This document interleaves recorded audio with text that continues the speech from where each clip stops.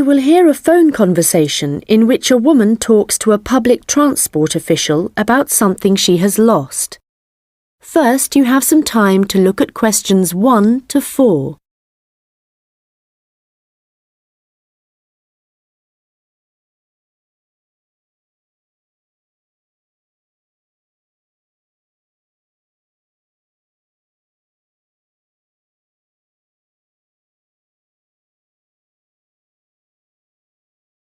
Hello, City Transport Lost Property. How can I help you? Oh, hello. Yes, I'm calling about a suitcase I lost yesterday. I don't suppose I'll get it back, but I thought I'd try. Well, some people do hand lost items in, so you might be lucky. Let's put the details into the computer. OK. Right, so let's start with a description of the suitcase. OK, well, it's small, and it's the type you can pull along on wheels. How about the colour? Yes, it's black, but not exactly plain black. It has some narrow stripes down it, sort of grey. Actually, no, they're white, now I think about it. OK, I'll just add that information. Now, were there any items inside it? Yes, I had a big bunch of keys in there. Luckily, my assistant manager has an identical set, so she's going out this morning to get some copies made. So, therefore, your office... That's right. My house keys were in my pocket, thank goodness. Anything else? There were a lot of documents, but they're saved on my laptop anyway, so they don't matter so much. But the thing I'm really worried about, I haven't even taken it out of the box yet, is a camera I just bought. That's really why I'm calling. I can't believe I've lost it already. I see.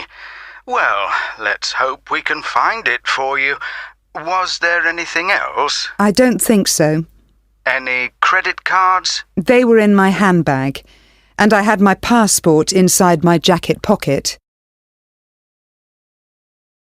Before you hear the rest of the conversation, you will have some time to look at the questions 5 to 10.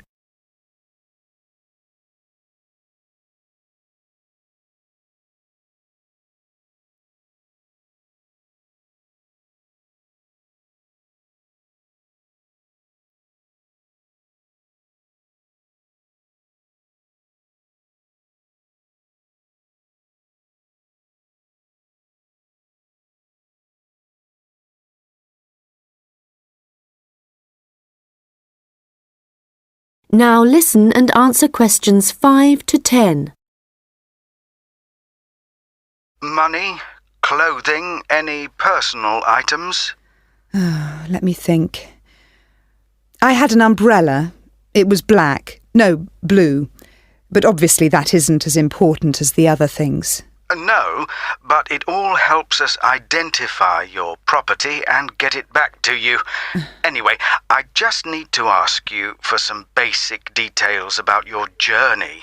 So it was yesterday, was it? That's right. In the afternoon. Around 2 p.m, maybe 2:30. OK, so that'd be May the 13th. Yes. I was heading to Highbury. That's where I live. All right, and you mentioned a passport, I think. So you were coming from the airport, I presume? Yes, and I was looking forward to getting home so much, and what with being tired and everything, I think that's why I just forgot about the case. And how were you travelling when you lost your property? I mean, what kind of transport were you using? I thought about getting the train, but that would have meant a bus journey as well, and I couldn't be bothered. So I decided to take a taxi eventually. That's where I must have left it. Well, that's good news in a way. It's more likely that a driver would have found it and handed it in. I hope so. Well, I need your personal details now. Can I have your full name, please? Yes, it's Lisa Docherty. I'll spell that for you. It's Docherty. Thank you. And next, if I could have your address, the best address to send you the property if we manage to locate it. Sure. It's number 15A, River Road. And that's Highbury, as I said. Thank you. Just a moment. There's just one final thing. That's your phone number. I guess my mobile would be best. Hang on. I can never remember my own number. OK, I've got it. It's 07979 605 437. Very well. I think that's everything we need at this end. I'll have a look at the data on. That is the end of section 1. You now have half a minute to check your answers.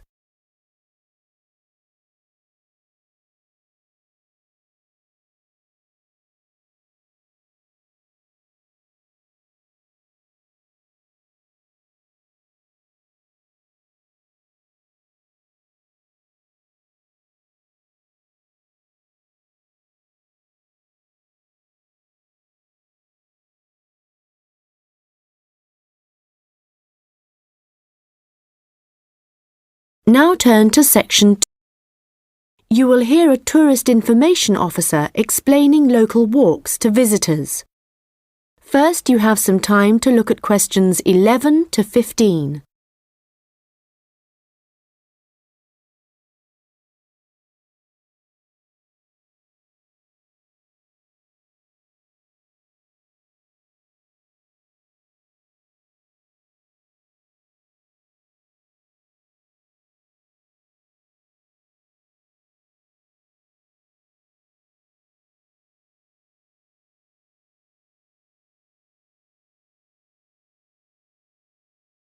Welcome to everyone here.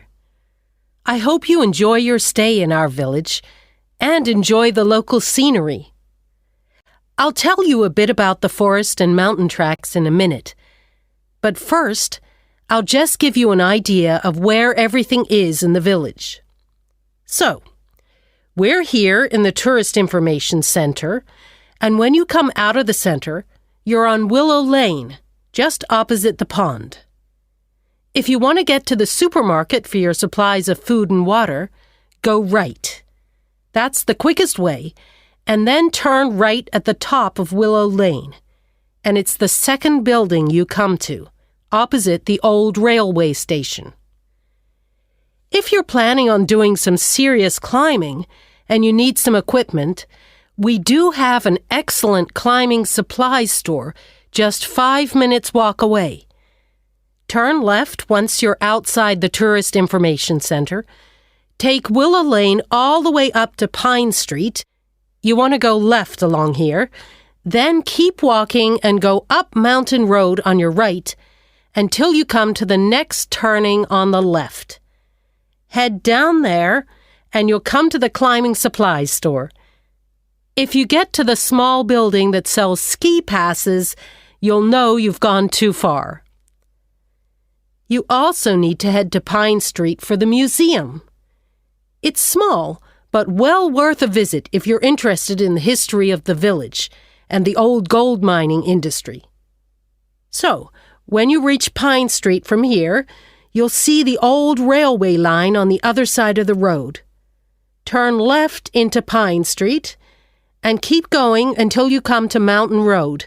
And just past here, the museum will be on your left, just behind the railway line. Don't worry about crossing over the tracks. The train stopped running through here in 1985. If you're planning on following one of the easier forest walks, you might like to hire a bicycle. To get to the hire shop, again, you need to head to Pine Street. On the left-hand side of Pine Street, you'll see the town hall. Go down the little road that you come to just before it, and you'll find the bike hire shop just behind the hall. They have a good range of bikes, so I'm sure you'll find something that suits your needs. Last but not least, if you're hungry after a long day's trek, I can recommend our local cafe. Again, when you leave the Tourist Information Center, turn right and follow Willow Lane until it joins Pine Street. And right opposite, on the far side of the railway tracks, is the cafe. Before you hear the rest of the conversation, you will have some time to look at the questions 16 to 20.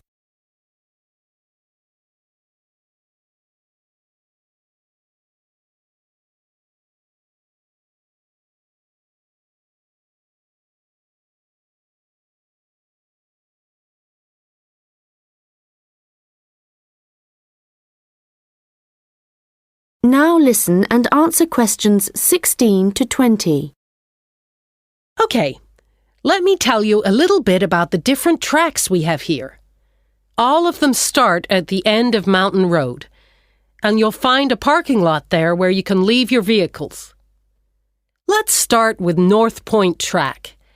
It's a gentle route through lowland forest, good for biking and probably the one for you if you have small children. There's a wooden hut where you can stay at the end of the track, but be aware that it's really just an overnight shelter, and you'll need to take your own sleeping bags and cooking equipment. Another option is the Silver River Track. As the name suggests, you'd be following the river for most of the way, and you get to see some of our beautiful native birds. But the track also goes through a densely forested area.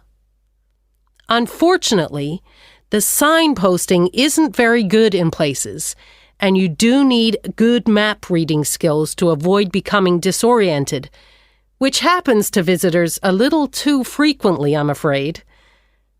Valley Crossing will take you through some stunning scenery, but there are several points along the way where you'll need the level of fitness required to get over some pretty big rocks.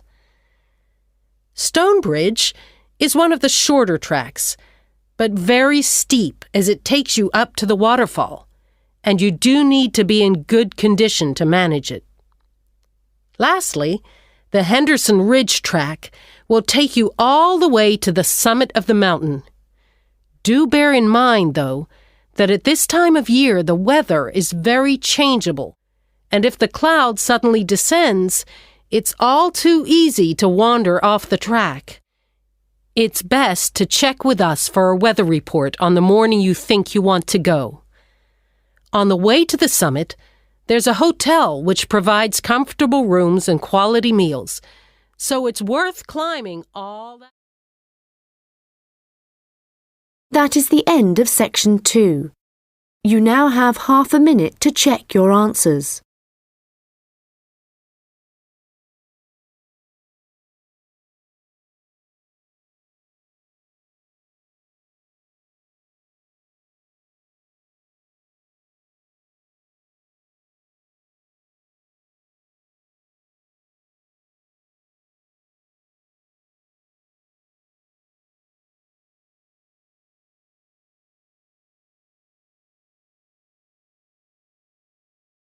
Now turn to section 3.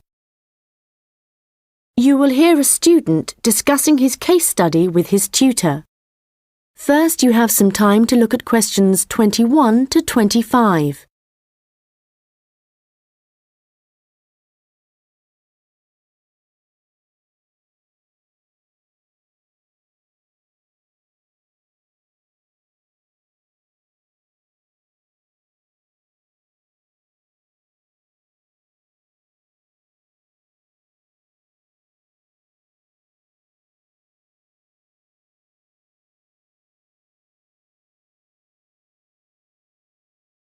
Well, James, I've had a look over your case study, and for a first draft, it looks promising.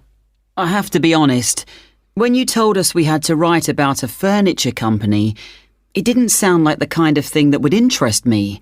But since then, I've changed my mind. Why's that? Well, as you know, Furniture Rossi is an Australian company, still comparatively small compared to some of the high street stores, but it's got plans to expand into foreign markets, so I chose it for that reason. It's going through a transition. It's a family-run business aiming to build a global brand. All right, and you've made that clear in your writing. One thing, though, that I think you've overlooked is why Luca Rossi started a furniture company here in Australia in the first place. Well, he'd just got an arts degree, hadn't he? And people were trying to talk him into an academic profession, but he wanted a practical job, something he thought would be more satisfying in the long run. His grandfather had been a craftsman.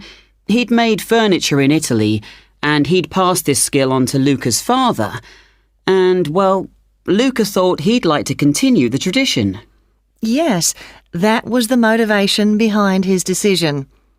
And what was it, do you think, that gave Furniture Rossi a competitive edge over other furniture companies? I wouldn't think it was price. It's always been at the higher end of the market. But according to my research, it was to do with the attitude of the employees.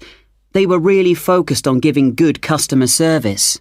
Yes, Luca Rossi insisted on that.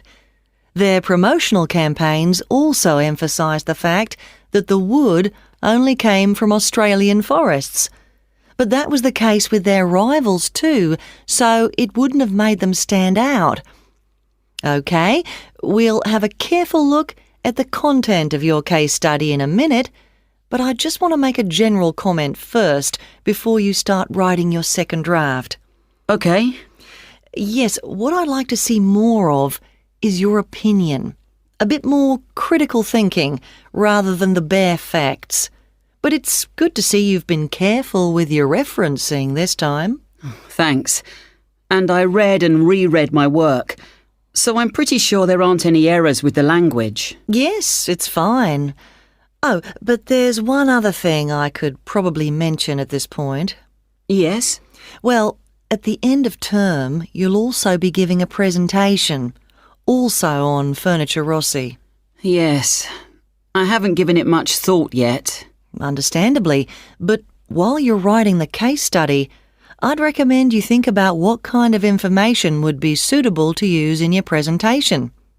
Remember, the last time you gave a presentation on a company, you spent a considerable part of the time providing the audience with financial data.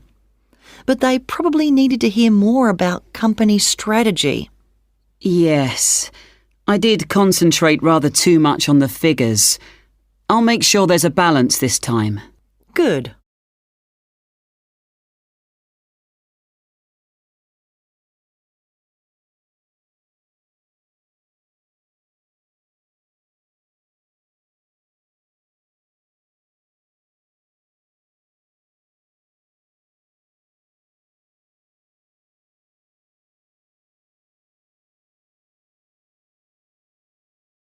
Now listen and answer questions 26 to 30. OK, so let's just think about the content of your case study, the history of Furniture Rossi. I see here in paragraph 4, you're talking about how Luca Rossi raised the capital for his new business venture. And then you're talking about the customer base growing much wider. But what was it that prompted this growth? Well, that was to do with the quality of the furniture products that the company was selling. People loved that it was all handmade and would last. And because demand from customers kept growing? Well, then Rossi needed to take on more craftsmen so they could make sure the orders were ready on time. And then he also had to set up 2 new warehouses to make distribution quicker. Yes, and from there, the company really grew. But think what happened next. They started looking at ways to increase their profits and called in a consultant. And what he saw immediately was that the infrastructure was completely outdated. They were paying 3 full-time admin staff just for data entry. So he recommended they upgrade their software programs, and that, in turn, cut operational costs and just speeded everything up. I'm surprised they didn't get onto that earlier. But I suppose Luca Rossi was more interested in the design aspect, rather than the finance side of things. Yes, I imagine that's why he eventually turned the day-to-day running of the company over to his son. And in fact, it was the son, Marco, who persuaded his father to move on from traditional television advertising and go online instead. I guess that's the best way to reach people. It can be, but initially customers actually complained. Why? Well, some users found it hard to navigate their way around the website, so they were getting frustrated and giving up. So then the company called in a professional to improve it. Oh, I see. He must have done a good job. They've had a continuous 3-year rise in revenue, so things must be going well. Indeed. And what of the future?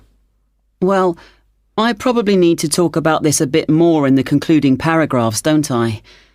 Consumers are already aware of the quality of the furniture, that's for sure. But I think the company is aiming to publicise their values. The fact that they have respect for beauty, durability and functionality and the environment. A lot of companies are already... That is the end of section 3. You now have half a minute to check your answers.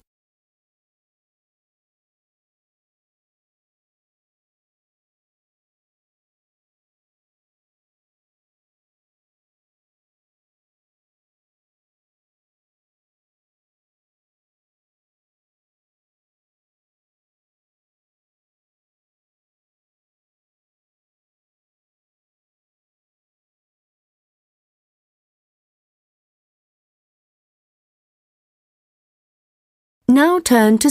You will hear a lecture about rock art. First, you have some time to look at questions 31 to 40.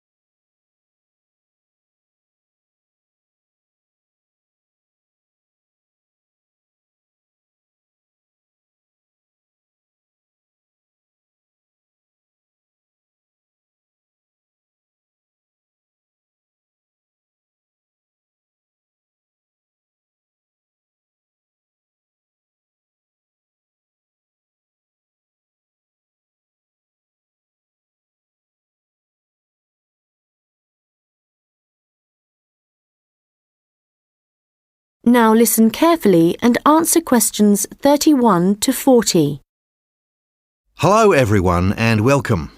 As part of this series of lectures on the development of early humans, today we are looking at rock art, the paintings and drawings produced by prehistoric peoples as they spread across the continents.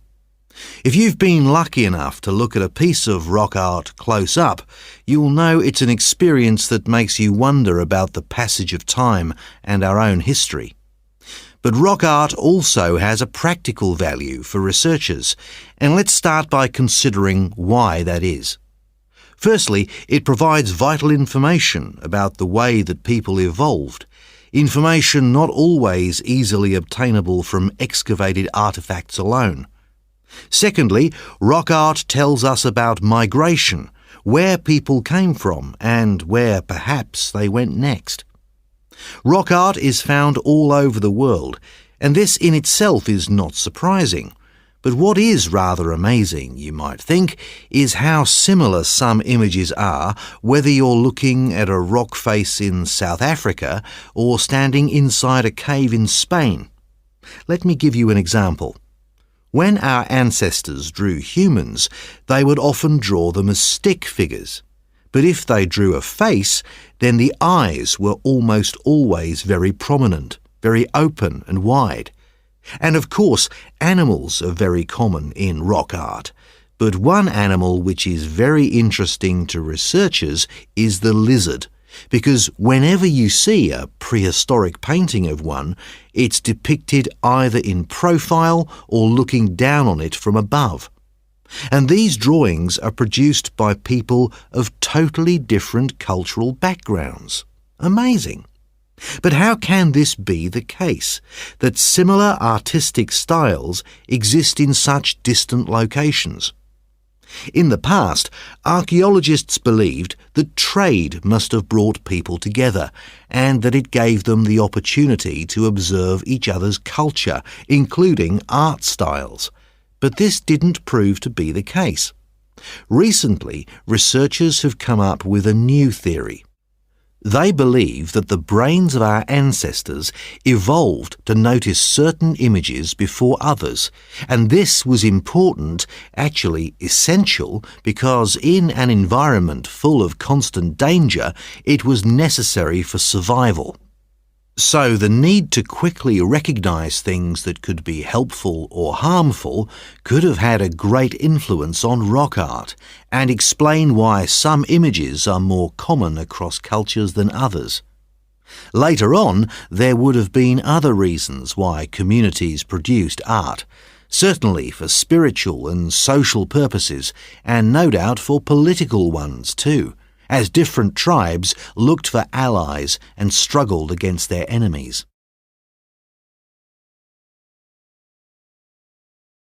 Well, as I said before, you can find rock art all over the world, but I'd like to focus now on the rock art of the Aboriginal people of Australia. The images that survive in this part of the world span at least 20,000 years.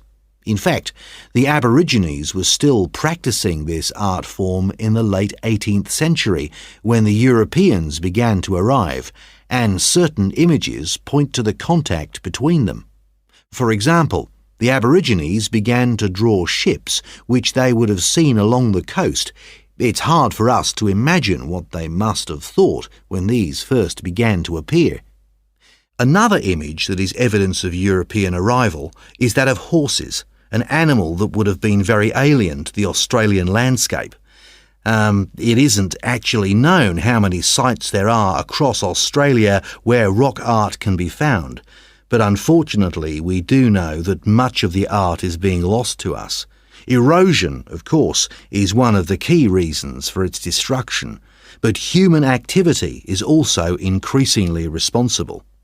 Since the 1960s, industry alone has destroyed around an estimated 10,000 pieces of art. At this rate, in 50 years, half of all Australian rock art could have disappeared for good.